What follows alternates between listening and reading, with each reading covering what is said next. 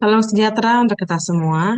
Perkenalkan, saya Heni Manuputi, mahasiswa BINUS University Online dari jurusan Business Management. Pada kesempatan ini, saya akan mempresentasikan dari mata kuliah Karakter Building Pancasila mengenai evaluasi implementasi kesetaraan gender dalam sistem rekrutmen dan promosi jabatan di sektor industri.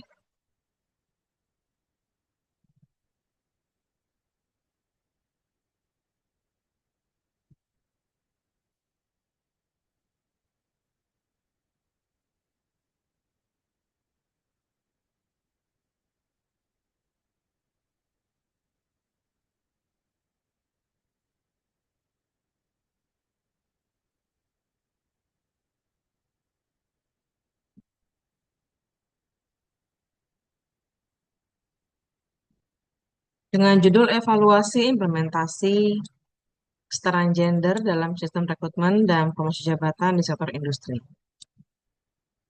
Latar belakang proyek ini adalah kesetaraan gender merupakan salah satu indikator penting dalam pembangunan berkelanjutan yang tercantum dalam tujuan berkelanjutan. Upaya untuk mencapai kesetaraan ini tidak hanya mencerminkan keadilan sosial, tapi juga menjadi faktor yang penting dalam meningkatkan produktivitas, inovasi, dan daya saing suatu negara di sektor industri. Dalam konteks ketenagakerjaan, ketimpangan terlihat mulai dari proses rekrutmen, promosi jabatan, hingga pengambilan keputusan strategis. Karena masih banyak iklan lowongan yang memuat preferensi gender, proses evaluasi kinerja perempuan cenderung subjektif, dan representasi perempuan di posisi manajerial masih rendah. Tiga rumusan masalah.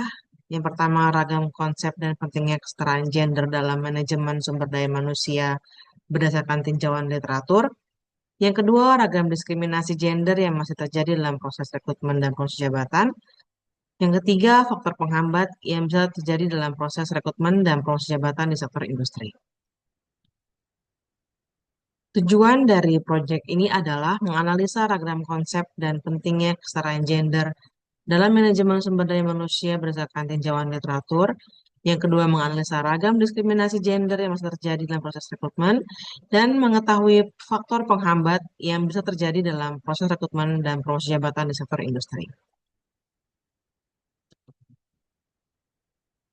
Literatur review ini membahas tentang kesetaraan gender dalam sektor industri, khususnya dalam konteks rekrutmen dan promosi jabatan.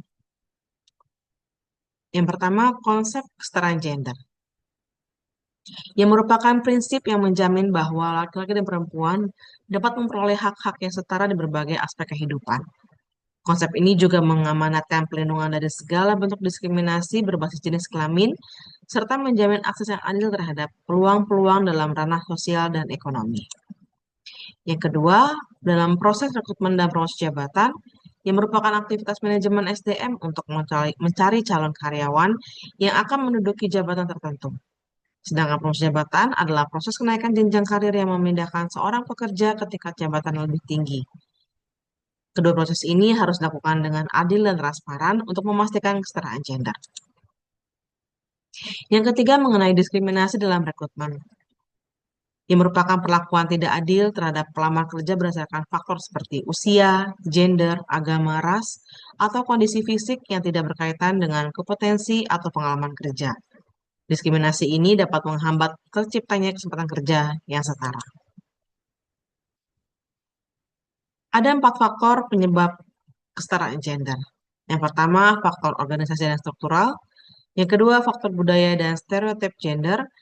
Yang ketiga, faktor individual dan kemampuan aktualisasi diri. Dan yang terakhir, faktor lingkungan kerja. Implementasi kesetaraan gender dapat dilakukan dengan rekrutmen yang adil dan transparan, promosi jabatan yang berbasis kinerja, dan pengawasan dan evaluasi terhadap proses promosi jabatan.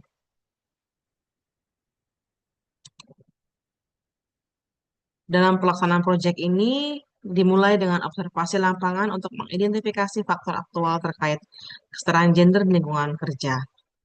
Observasi ini berfokus pada pemetaan fasilitas, kebijakan perusahaan, serta tingkat kesadaran karyawan terhadap isu gender.